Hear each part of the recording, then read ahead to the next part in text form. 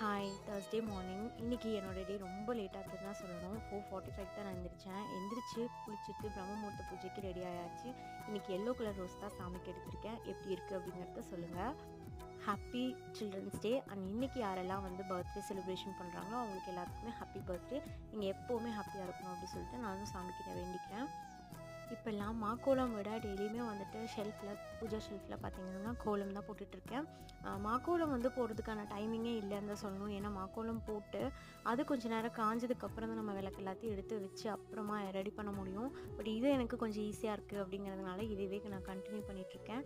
மாக்கோலம் நல்லாயிருக்கா இல்லை எந்த மாதிரி போடுறது நல்லாயிருக்கா அப்படிங்கிறதையும் மறக்காமல் கமெண்ட்டில் சொல்லுங்கள்.